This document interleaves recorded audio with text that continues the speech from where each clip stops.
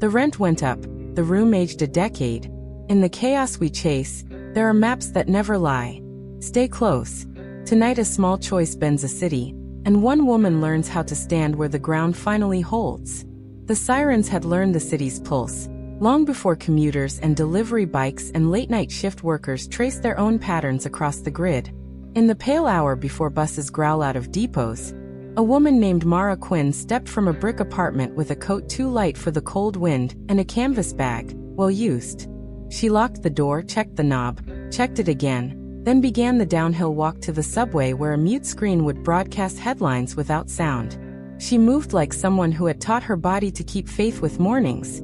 Even when mornings misbehaved, the street offered small testimonies. A bicyclist adjusted gloves with a surgeon's focus. A delivery truck blinked its hazard lights, a metronome agreeing with the dark. Someone on a high floor poured water into a plant and watched the stream as if it could talk back. Her phone vibrated twice. A hospital text, a schedule change that moved her to an earlier intake ward. The one with fewer windows and more mothers who stared at floors as if they could find a secret hatch.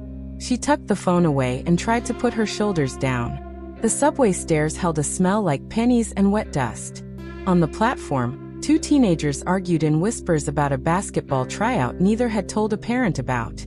A metal bucket clattered somewhere above. A metal gate dragged shut, unhurried. A pigeon attempted dignity and almost achieved it. When the train arrived, it coughed up heat that had chosen the wrong month. She boarded and stood near a map whose colors promised order, which felt like a rumor rather than a fact. Across from her sat a man in a suit too shiny for the hour, eyes closed, lips moving in a rehearsal of answers. Next to him, a girl in scrubs traced a crease on her sleeve with a thumbnail until the fabric surrendered. A kid with a milk crate of vinyl records guarded the load with knees wide as a gate. No one met anyone's eyes for long. This was a citywide pact that held better than most promises. Near the third stop, the car lights flickered and returned. A man laughed once, short and surprised, as if someone had told a joke about electricity. 2 stations later, a trumpeter lifted his horn, and then thought better of it, choosing silence as a stronger note. Mara counted 3 stops by the vibration alone, and felt gratitude insist without spectacle. At the hospital, fluorescent halos varnished every surface, and the coffee smelled like a rehearsal of coffee, a line read without conviction. The intake ward clattered gently, clipboards, soft shoes, the quiet grammar of machines. Mara shrugged into the day's badge and tied back her hair with a black elastic. She kept on her wrist like a promise not to unravel. She checked the whiteboard for assignments and mouthed the names until they became people. Her supervisor nodded from a doorway with the exact nod that means we will manage, you'll see. A volunteer straightened a stack of forms and made order look like a hobby instead of a defense. A wall clock tried not to be bossy. Room 7 held a woman named Estelle who spoke as if sentences had to push through gravel. A partner sat in a plastic chair and held a diaper bag the way some hold a passport, proof of passage. The baby slept with the indifference of a king. Mara adjusted the chair and let silence sit between them until it felt like a patient animal that might approach. She watched the monitor's green line sketch small hills, each peak a stubborn fact. Heart, heart, heart. She asked Estelle about sleep. Estelle said she sleeps when the wall clock insists. She asked about food. Estelle said toast tastes like an eraser. She asked if Estelle wanted the blinds tilted. Estelle blinked twice, a yes. The partner cleared his throat and said the baby's name without volume, as if sound could bruise. By noon, her feet felt like she had walked the length of the river, and her stomach suggested a negotiation. She ate 2 saltines and an apple that had lived too long in her bag. The apple tasted like stored sunlight. The crackers dissolved into a moral about modest ambitions. In the break room, a bulletin board offered flyers for a lost scarf, a room to rent, a group that met on Thursdays to remember men who didn't stay. She read them like tiny novels and returned to the ward calmer, as if the world contained more doors than walls. In the hallway, a janitor polished the floor until it returned the favor. A resident rehearsed an apology, and then chose a better one. A printer cleared its throat and produced a label like a prophecy that only described. A social worker named Tomas Vega hovered by the vending machine with exact change he refused to spend. He had a folder of forms that frightened people more than diagnoses. He asked Mara if she had seen a missing signature. She promised to look after rounds. The promise landed like a paper plane that actually flew, which amazed him in a quiet way. Down the corridor, a security guard shifted his weight to ease an aching knee. His name tag read Leaf. He hummed 4 bars from a hymn he could not place. In room 12, a teenager with a stitched eyebrow asked for cold water, and the kind of bandage that stays. She said a name for the person who did this, and then revoked it with a shake. Mara fetched water, swapped bandage for better, wrote notes with the modest pride of someone who believes lists can hold the world together. She lowered her voice and asked if there was a safe place to sleep. The answer took a minute to arrive, and came in pieces that did not want to touch. She threaded them carefully into a plan that would not break under weight.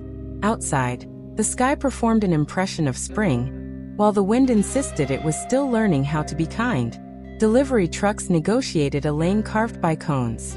A bus knelt to let a stroller pass, a simple act that looked like reverence. None of this belonged to Mara, yet she carried it back into the building like warmth cupped in hands.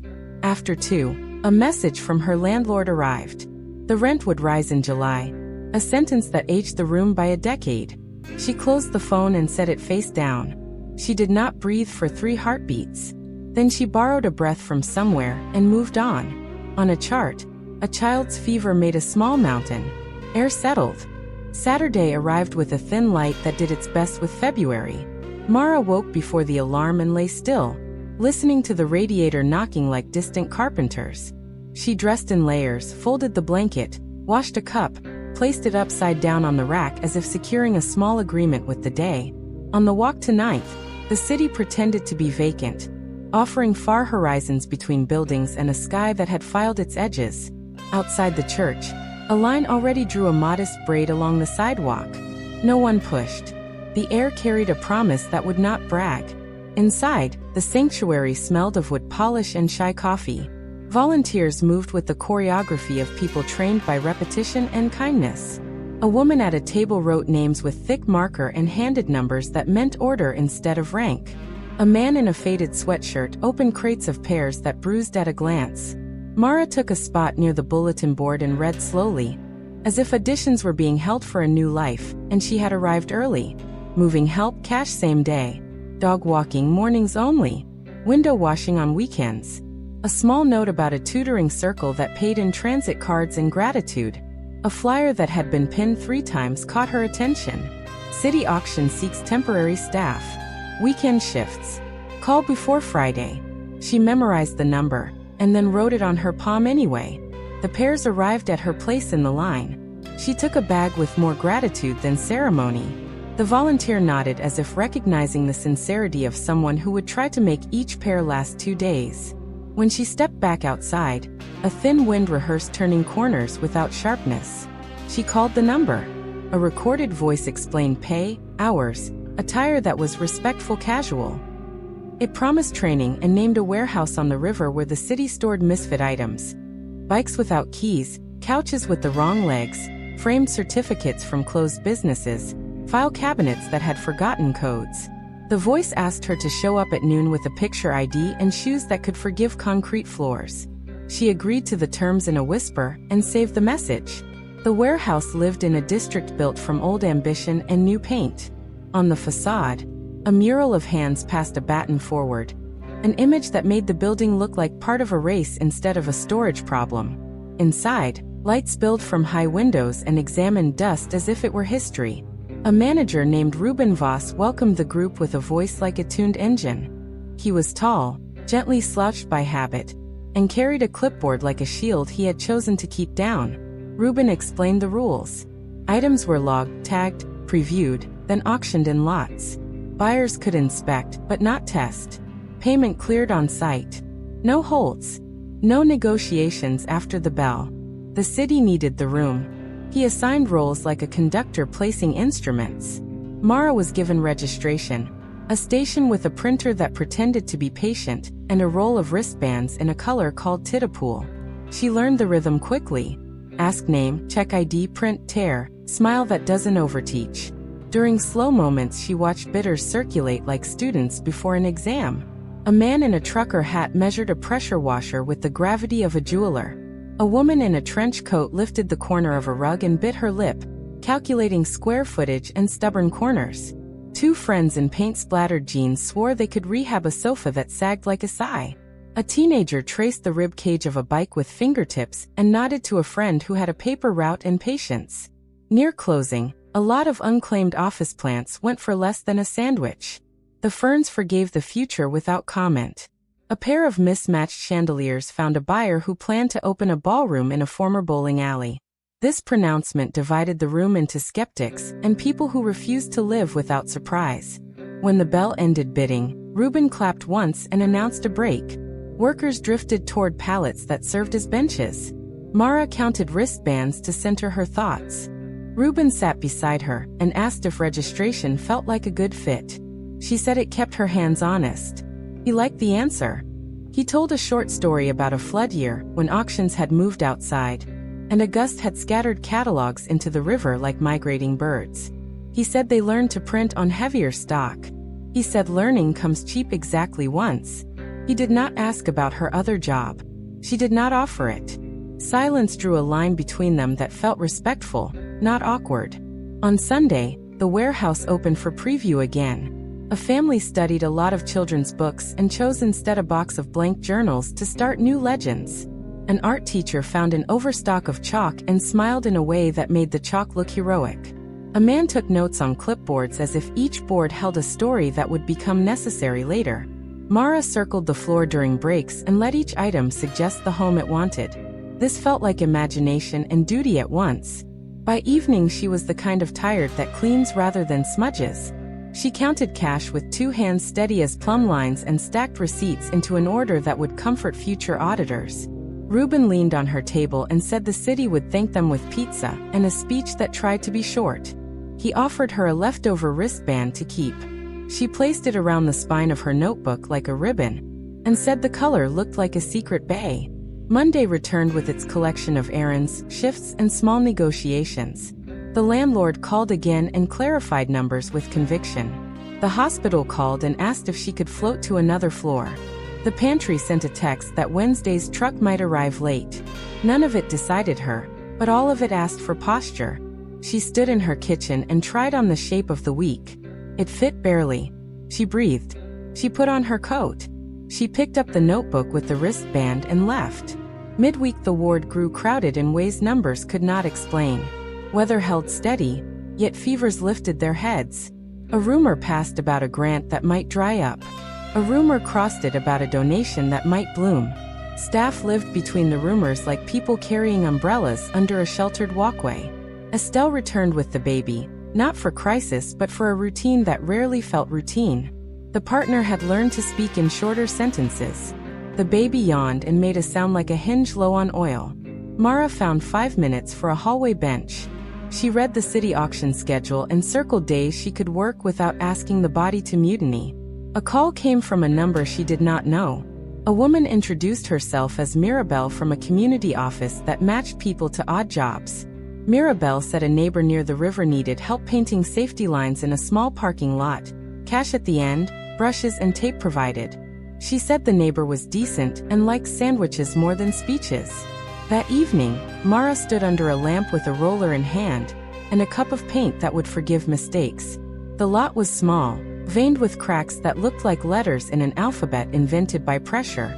She measured, chalked, taped, rolled, lifted tape with the thrill of clean edges.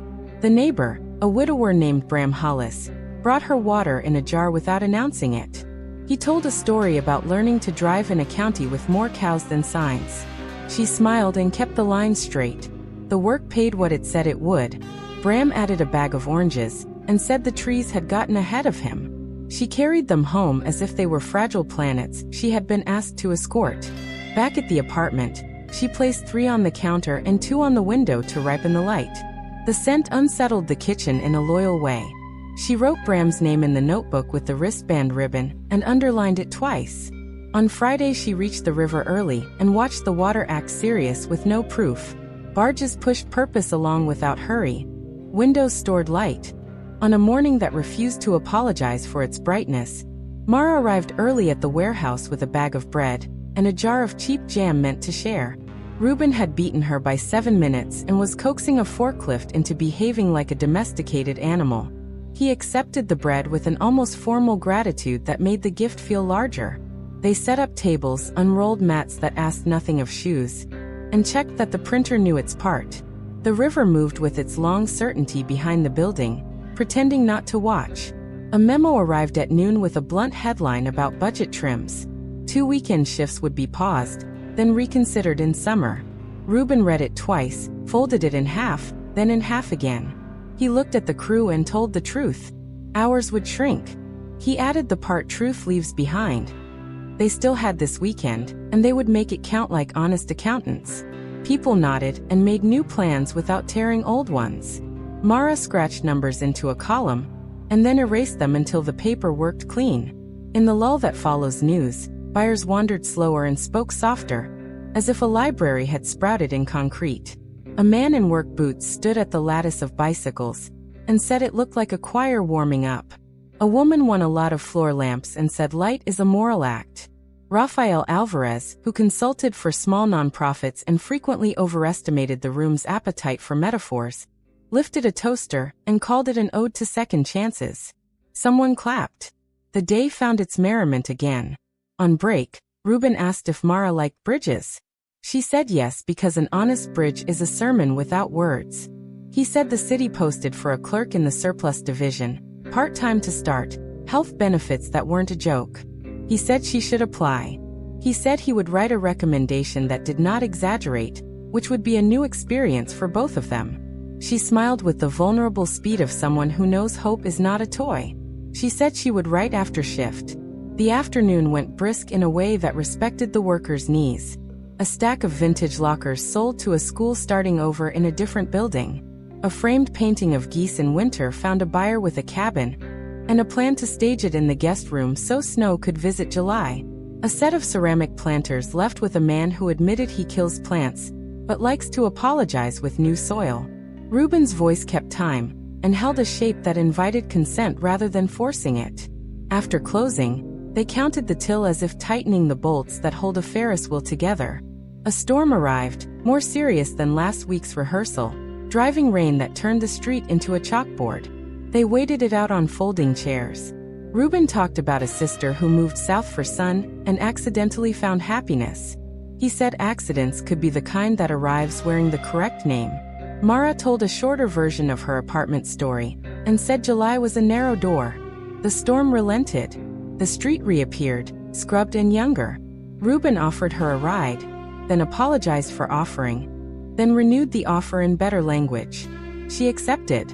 In the cab of the city truck, the heater sang a small song about survival. He drove the long way along the river. She watched water carry incidentals toward a harbor that never kept receipts. They talked about nothing and left nothing heavy in the air. At home, the building smelled faintly of paint and something else trying to be lemon. She climbed stairs that had memorized her weight and let the door click. She sat on the floor and leaned against the bed frame and laughed once, the unplanned kind that proves the day did not win by accident. Then she wrote the application. She wrote it like a note to a future friend. She did not apologize for jobs that paid less than they cost. She wrote what she had learned about lines, names, and mercy.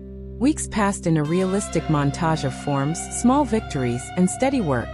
The pantry stayed open. The hospital floated her less often, than not at all, because the new floor understood her value and wrote it in permanent marker. Bram asked if she could paint numbers on the curb by his shop, and paid in cash and bread. Reuben sent a recommendation letter with a sentence that did something generous without lying. Mirabelle texted a list of small jobs, each one a handshake disguised as labor. One Thursday, Mara stood at the community office to sign a document, and received a key in a plastic envelope. It belonged to a room above a repair shop that smelled like oil and redemption. The rent would not drown her. The landlord had a dog that chose favorites wisely, and chose her on the second visit. The window faced the river, a fact she could not improve upon. She moved on a Saturday with boxes that held more resolve than belongings. Friends assembled from new corners of her life. They carried up a table the city had cast off, a chair with a wobble Reuben fixed with a felt pad, a lamp whose cord promised to try. Bram brought oranges and the quiet competence of someone who has learned to carry two things that do not fit in one hand. Mirabelle brought envelopes with lists of places that still hire with a handshake. Estelle mailed a thank you card with a picture of a small hand that had learned to hold, and a sentence about sleep that felt like a grant approval. On the first night in the new place, Mara opened the window until the room acquired its correct temperature. The river issued its patient commentary. The city hummed a part below the melody. She placed the notebook with the wristband ribbon on the window ledge and wrote nothing. She let the day develop like a photograph. It produced an image she recognized. A person upright in a room that did not resent her presence. The surplus division called on a Monday a month later. The voice on the line belonged to a woman with a cadence that made bureaucracy sound like a responsible friend. She said the clerk role was hers if she wanted it. She said benefits would begin after 30 days. She said the office had windows that faced a tree, and that the tree hosted a cardinal most mornings. Mara said yes and set the phone down like a ceremonial object. Her first week as a clerk contained the steady pleasures of systems that admit humans were involved. She cataloged items with accuracy and mercy. She learned to pronounce the names of neighborhoods without trampling their vowels. She kept a cup of pencils that belonged everywhere they were needed. She answered questions with a tone that suggested there would be a tomorrow. Reuben passed her desk at noon and placed a sandwich on an empty inbox, and kept moving so gratitude could arrive without performance. Near the end of that week, she crossed the bridge she liked and stopped midway to watch a barge shoulder past. She thought about lines, how they guide without choking. She thought about rooms, how some hold a person intact. She thought about names on wristbands, how being seen is a kind of pay. The wind behaved. The sun did not apologize for being late. Her phone vibrated. The message said the rent had posted and that she had managed it. She laughed again, the small version that means a body believes tomorrow. That evening she returned to the apartment that smelled like oil and new paint, and sliced an orange with the respect oranges deserve. She ate it over the sink and let juice choose its own map. She watered a plant she had been brave enough to try and did not look away while it forgave the overpour. She made tea. She sat on the floor with her back to the couch and let fatigue and satisfaction argue to a draw. She did nothing brave and still won the day. The city offered night, and she took only as much as she needed. On the window glass, her reflection joined the room without complaint. She did not rehearse speeches or ask the ceiling for policy changes. She closed the notebook and left the wristband where it was. A ribbon on a new life that didn't need a ceremony to be real. The river kept its patient argument with distance. Cars moved in sensible lines. Somewhere a violinist decided to open the case, and found that sometimes people pay even when no one watches. She stood in the quiet and let relief choose its true size. The room agreed. Done.